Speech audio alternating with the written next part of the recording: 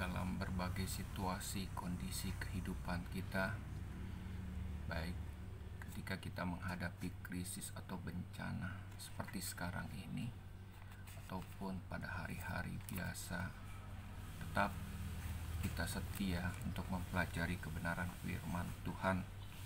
Kali ini saya akan mengajak saudara untuk membaca dari Yohanes 21 ayat 1 sampai 14. Yohanes 21 ayat 1 sampai 14. Saya beri judul khotbah saya ini, menangkap 153 ekor ikan. Menangkap 153 ekor ikan. Yohanes 21 ayat 1 sampai 14. Saya akan bacakan ayat ini. Yesus menampakkan diri kepada murid-muridnya di pantai Danau Tiberias.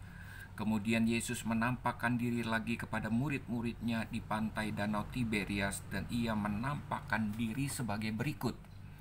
Di pantai itu berkumpul Simon Petrus, Thomas yang disebut Didimus, Natanael dari Kana yang di Galilea, anak-anak Zebedeus, dan 2 orang muridnya yang lain. Kata Simon kepada mereka, "Aku pergi menangkap ikan." Kata mereka kepadanya, "Kami pergi juga dengan engkau." Maka berangkatlah lalu naik ke perahu, tetapi malam itu mereka tidak menangkap apa-apa. Ketika hari mulai siang, Yesus berdiri di pantai. Akan tetapi murid-muridnya tidak tahu bahwa itu adalah Yesus. Kata Yesus kepada mereka, "Hai anak-anak, apakah kamu mempunyai lauk pauk?" Jawab mereka, "Tidak ada." Maka kata Yesus kepada mereka, "Tebarkanlah jalahmu di sebelah kanan perahu, maka akan kamu peroleh." Lalu mereka menebarkannya dan mereka tidak dapat menariknya lagi karena banyaknya ikan. Maka murid-murid yang dikasihi Yesus itu berkata kepada Petrus, "Itu Tuhan." Ketika Petrus mendengar bahwa itu adalah Tuhan, maka ia mengenakan pakaiannya, sebab ia tidak berpakaian, lalu terjun ke dalam danau. Murid-murid yang lain datang dengan perahu karena mereka tidak jauh dari darat, hanya kira-kira 200 hasta saja, dan mereka menghela jala yang penuh ikan itu. Ketika mereka tiba di darat, mereka melihat api arang dan di atasnya ikan dan roti. Kata Yesus kepada mereka, "Bawalah beberapa ikan yang baru kamu tangkap itu." Simon Petrus naik ke perahu lalu menghela jala itu ke darat, penuh ikan-ikan besar, 153 ekor banyaknya. Dan sungguh pun sebanyak itu, jala itu tidak koyak. Kata Yesus kepada mereka, "Marilah dan sarapanlah." Tidak ada murid-murid itu yang berani bertanya kepadanya, "Siapakah engkau?" Sebab mereka tahu bahwa ia adalah Tuhan. Yesus maju ke depan, mengambil roti dan memberikannya kepada mereka. Demikian juga ikan itu. Itulah ketiga kalinya Yesus menampakkan diri kepada murid-muridnya sesudah ia bangkit dari antara orang mati. Bapak, Ibu, saudara-saudara yang saya kasihi, hari ini kita akan belajar peristiwa setelah kebangkitan Tuhan Yesus. Yesus menampakkan diri kepada murid-muridnya dan kepada orang banyak. Kali ini Yesus menampakkan diri kepada murid-muridnya, dan di situ muncul tokoh Petrus, Simon Petrus. Saudara tahu bahwa Simon Petrus ini sebelum Yesus disalib, pada malam hari itu juga Simon Petrus menyangkal Tuhan Yesus. Seperti yang dikatakan oleh Tuhan Yesus, sebelum ayam berkokok, dia sudah menyangkal 3 kali. Bapak, Ibu, tindakan menyangkal dari Petrus ini membuat Petrus mungkin merasa gagal menjadi murid Tuhan Yesus. Apalagi setelah dia melihat bahwa Yesus mati di kayu salib, dia pun juga kehilangan pengharapan akan Mesias atau Raja dari orang Yahudi yang bisa membebaskan orang Yahudi. Jadi dia merasa atau melihat bahwa Mesias dia kalah ketika mati di kayu salib. Ya, dia sudah kehilangan pengharapan. Maka Petrus pada saat itu berbalik ke profesi yang lama untuk pergi menangkap ikan. Dan bukan hanya dia pergi menangkap ikan, tetapi juga mengajak murid-murid yang lain. Lalu kemudian murid-murid yang lain pun ikut serta. Ya. Dan apa yang terjadi? Ketika mereka kembali ke profesi yang semula, yaitu menangkap ikan, kekecewaan yang mereka dapat. Karena ayat 3 dikatakan, malam itu mereka tidak menangkap apa-apa. Jadi Bapak Ibu, saudara-saudara yang saya kasih, saya membayangkan betapa kecewanya murid Tuhan Yesus saat itu. Ya. Ikut Tuhan gagal, rohani gagal, lalu kemudian jasmani pun juga gagal. Lalu di dalam menghadapi situasi seperti itu, Bapak Ibu, Tuhan Yesus datang kepada mereka. Lalu apa yang Tuhan Yesus tawarkan kepada mereka? Yesus bertanya, "Kamu mempunyai lauk pauk?" Sudah barang tentu ketika murid-murid itu ditanya seperti itu, mereka emosi. Mungkin dengan kasar mereka menjawab, "Tidak ada."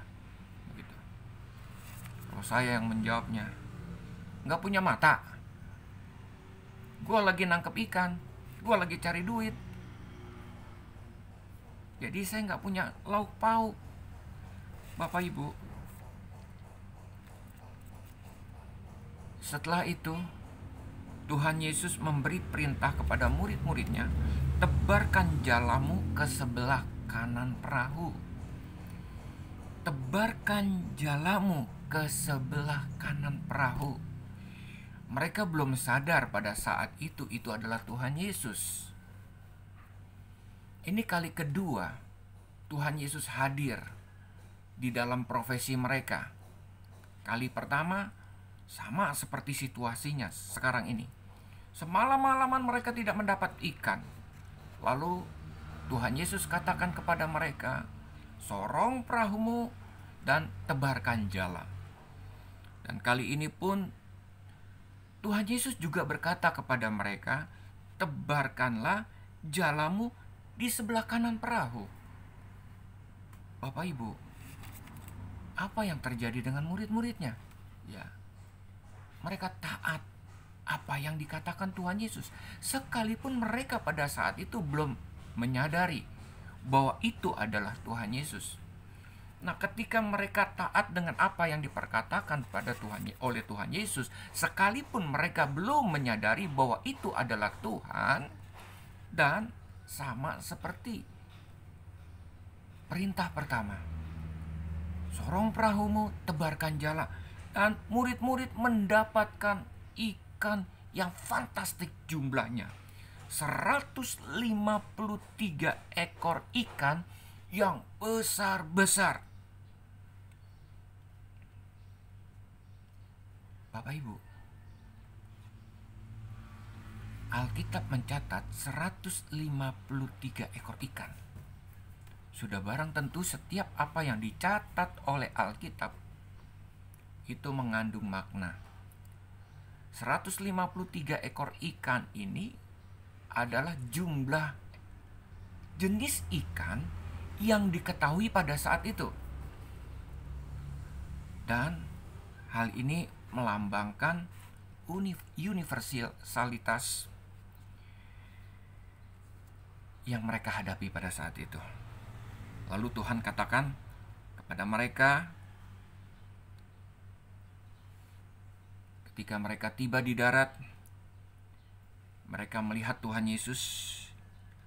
Di situ ada api arang, di atasnya ikan dan roti. Milik siapa itu? Milik Tuhan Yesus. Sudah ada pembakaran, sudah ada ikan, sudah ada roti. Tadi Tuhan tanyakan, kamu tidak punya lauk pauk? Mungkin pada saat mereka datang kepada Tuhan Yesus Kristus, Bapak Ibu, ya, Tuhan mengajak mereka makan. Bahkan yang sesungguhnya mujizat itu terjadi oleh karena Tuhan Yesus, dan Tuhan Yesus seharusnya berhak atas ikan-ikan tersebut. Maka Tuhan hanya meminta, dikatakan, bawalah beberapa ikan yang kamu baru tangkap itu. Ya, cuma beberapa ikan. Tuhan tidak perlu ikan hasil tangkapan itu, karena pada saat itu dia sudah punya ikan. Untuk apa beberapa ekor ikan itu? Bukan jumlahnya, Bapak Ibu. Bukan itu milik Tuhan atau tidak. Tetapi Tuhan membutuhkan kebersamaan dengan murid-muridnya. Jadi mungkin saja 153 ekor ini mencerminkan atau menggambarkan jumlah suku bangsa atau orang-orang di seluruh dunia ini dari berbagai jenis yang mereka tangkap, lalu kemudian dibawa kepada Tuhan Yesus Kristus. Hanya beberapa saja yang mereka bawa. Lalu untuk apa dibawa? Sekali lagi saya katakan, Tuhan menginginkan kebersamaan. Tuhan ingin murid-murid itu makan bersama-sama dengan dia. Bukan hanya karena murid-murid itu memerlukan makanan pada saat itu, tapi lebih daripada itu. Ini melambangkan penerimaan Tuhan Yesus kepada Simon Petrus yang sudah menyangkal dia dan yang sudah tidak menganggap dia Tuhan,